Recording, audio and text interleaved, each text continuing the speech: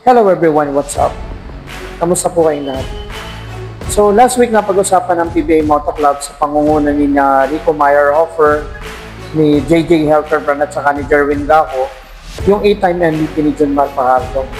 And napag-usapan nila na kung sakali ba na nasa prime ng laro si Ali Pic, Eric Neng, Danny Ai, Danny Sigel, just like yung mga Hasi Taulaga, at saka yung mga prime ni na Marlo Aquino, at saka yung prime ni na Alvin Patrimonio, Benji Paras, Jericho Viñera, yung mga yan, makukuha ba ni Junmar Fajardo yung 8-time na? At ang straightforward na sagot ni JJ Helterbrand ay baka malabo. Maaaring makakuha siya ng 2 or 3 MVPs but not 8. And the best talaga doon si JJ Helterbrand.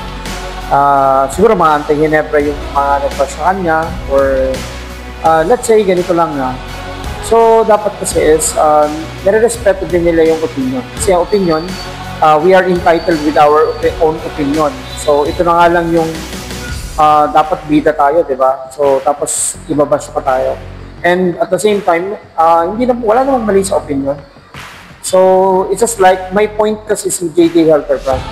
Kasi may mga nabasa nga akong post na may mga big man naman talaga ngayon. Kagaya ni na Greg Slaughter, nandyan din yung Mo Tautua, nandyan din yung Troy Rosario, Raymond Almasan, Ian Sangalang, which is they are actually a good player.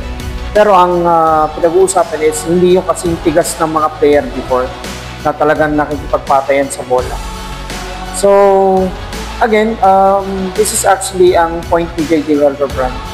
So, and good thing, binakapan siya ni 4-time MVP Ramon Fernandez, na even si Ramon Fernandez is sinasabi niya na kahit 10 MVPs kayang makuha ni Junmar Fajardo. Kasi wala naman talagang legitimate center na kalaban si Junmar as of this moment.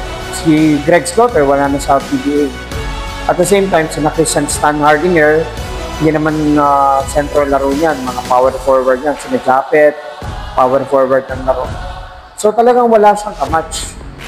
So, at matudominate talaga yan ni Junmar Fajardo. Ang isa pa, Junmar is not only a Junmar Fajardo, and he is surrounded by talented players. It's like sina Terence, nandun sina Lassiter, nandun sina CJ Perez. So ang ibig ko sabihin dyan, para makakuha ka ng MVP, hindi lang yan sa stats, hindi lang din sa botohan, kasi pinagbabasihan din yan kung saan at ano ba yung narating ng team mo.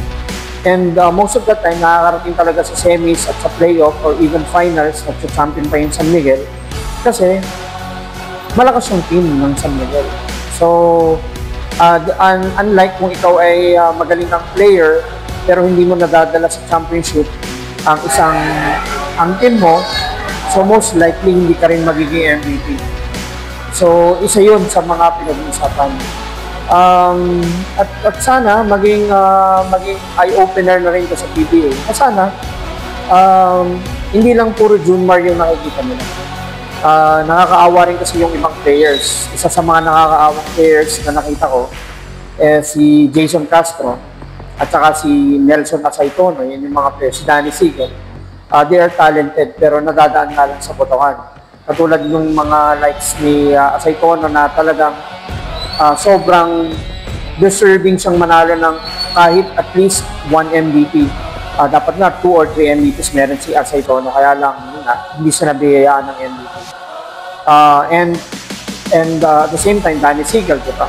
Sobrang explosive pero hindi rin nag-MVP.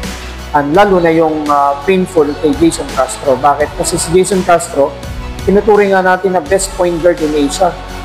Tapos sa PBA na mismong local na player, hindi man lang siya nakakuha ng MVP.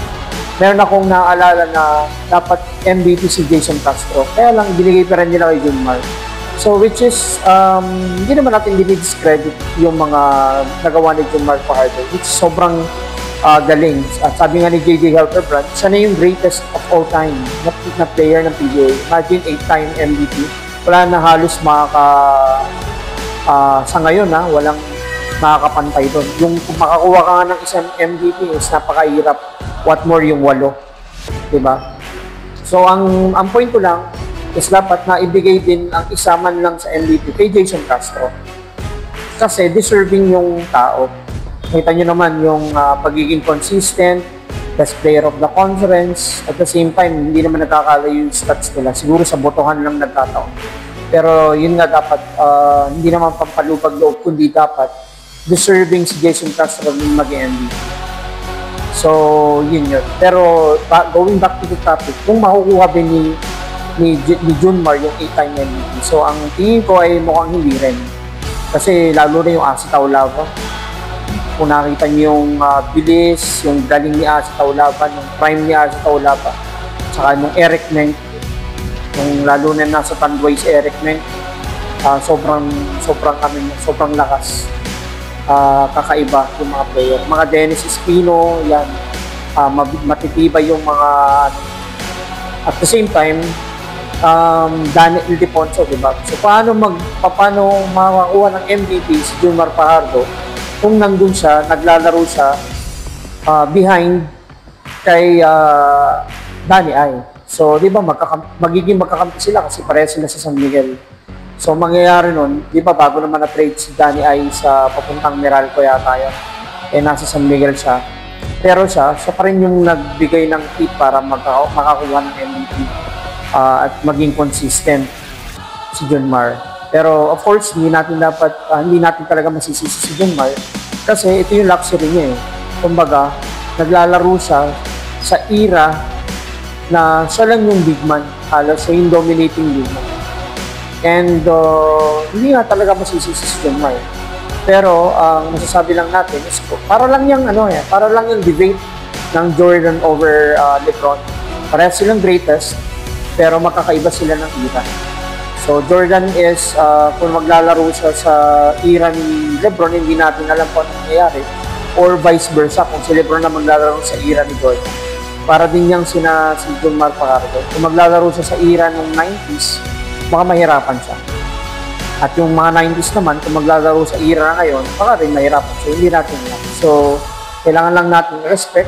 Kung natin i-watch din si JJ Galterbrand is actually sharing his points and opinion. And again, we are entitled with our own opinion. Let's respect each other na lamang, lalo-lalo na yung mga ganyang opinion. So, dapat ay tingnan lang natin yung points. So, may mga punto ang bawat opinion. Wala pong mali sa opinion, kundi may mga iba't ibang punto nga.